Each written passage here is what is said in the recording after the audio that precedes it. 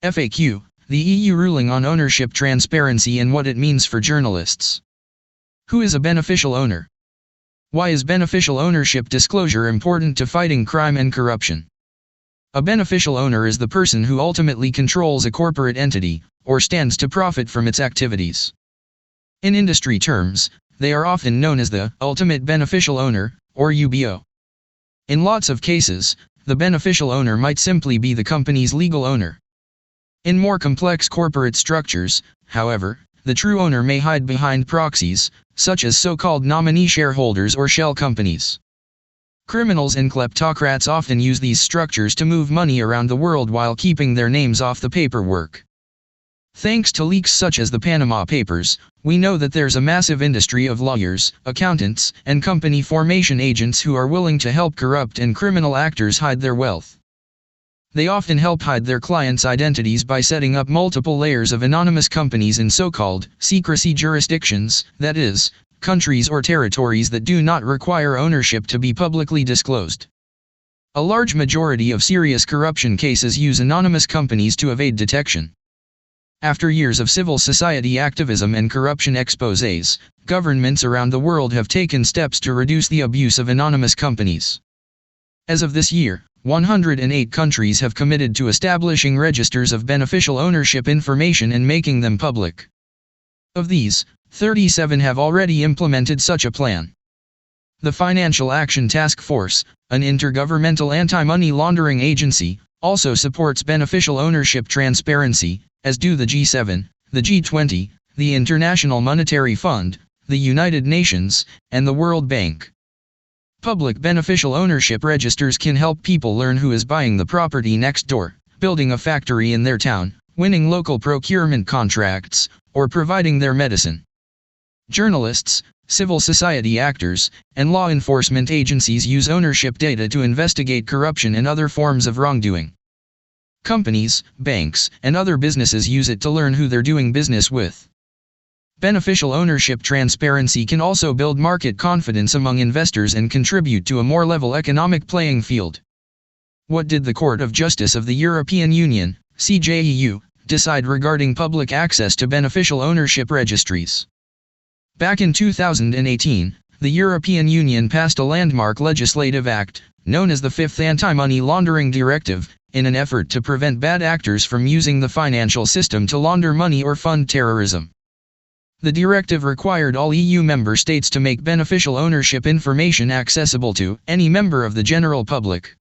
At a minimum, that information was required to include the beneficial owner's name, their month and year of birth, their country of residence, nationality, and the nature and extent of their interest in a given company.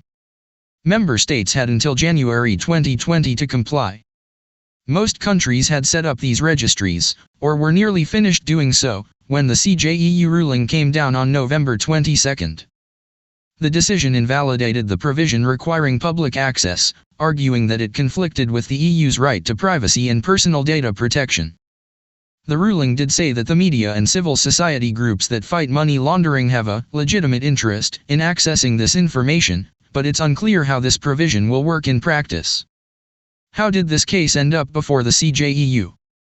The case started when a company, Sovim SA, and an individual identified as W.M. applied separately to have their beneficial ownership information excluded from Luxembourg's beneficial ownership registry. Sovim argued that disclosing its ownership data would infringe the right to respect for private and family life and the right to the protection of personal data. W.M.'s legal team contended that the publication of his ownership information would seriously, actually, and immediately expose W.M. and his family to a disproportionate risk of fraud, kidnapping, blackmail, extortion, harassment, violence or intimidation. Their claims were denied. But they appealed the decision, asking a higher court to rule on what circumstances would exempt an entity from reporting. The Luxembourg court then approached the CJEU with a much broader question about whether public access was compatible with the right to privacy, going well beyond the scope of the questions raised by the claimants. W.M. was later identified by Luxembourg media as businessman Patrick Hansen, who was suing to avoid his name appearing as a beneficial owner of a real estate company. In 2008, Hansen founded Lux Aviation, a large private jet company, alongside Nikolai Bogashev, a Russian billionaire and former KGB officer. Hansen also has ties to companies incorporated in offshore jurisdictions such as the British Virgin Islands, according to reporting by the International Consortium of Investigative Journalists that drew on the Panama Papers. A massive leak of documents from offshore service providers published in 2021. Mishkin Dereya, a global law firm, took credit for the judge's decision. Filippo Nozda, the partner of the firm who led the appeals, is a well-known advocate for restricting beneficial ownership transparency and other types of financial reporting. Outside the Court of Justice of the European Union. Credit, Nicholas Bovy/Alamy stock photo. Outside the Court of Justice of the European Union. Why is the ruling so concerning for anti-corruption advocates?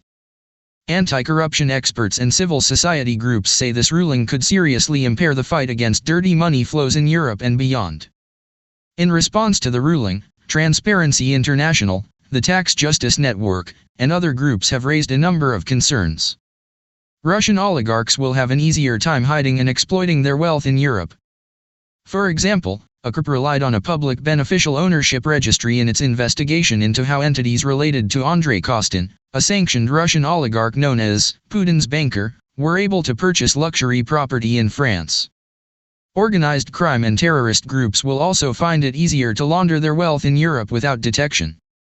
Enforcement authorities will be unable to do the job alone.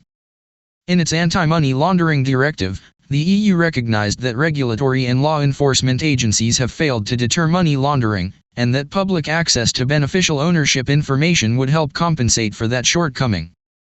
Across Europe and elsewhere, enforcement agencies often lack the resources and motivation to follow the money and frequently rely on findings from journalists, civil society, and the wider public in their official investigations.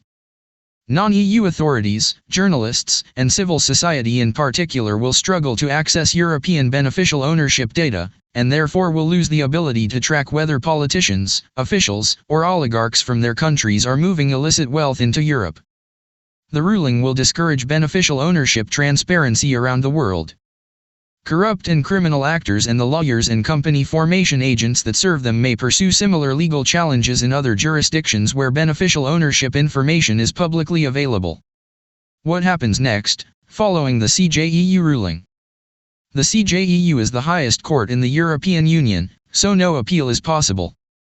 Following the ruling, the court issued a clarification stating that member states should follow the provisions of the EU's fourth anti-money laundering directive, which was passed in 2015.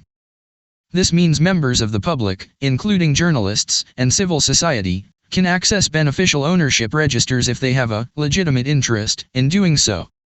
This previous directive, however, failed to define legitimate interest, which led to significant implementation challenges at the time. Looking ahead, anti-corruption activists are focusing their attention on the upcoming 6th EU anti-money laundering directive, which is expected to be issued next year. Since July 2021, European institutions have been debating improvements to the Union's anti-money laundering framework. This process will now need to reflect and respond to the CJEU ruling.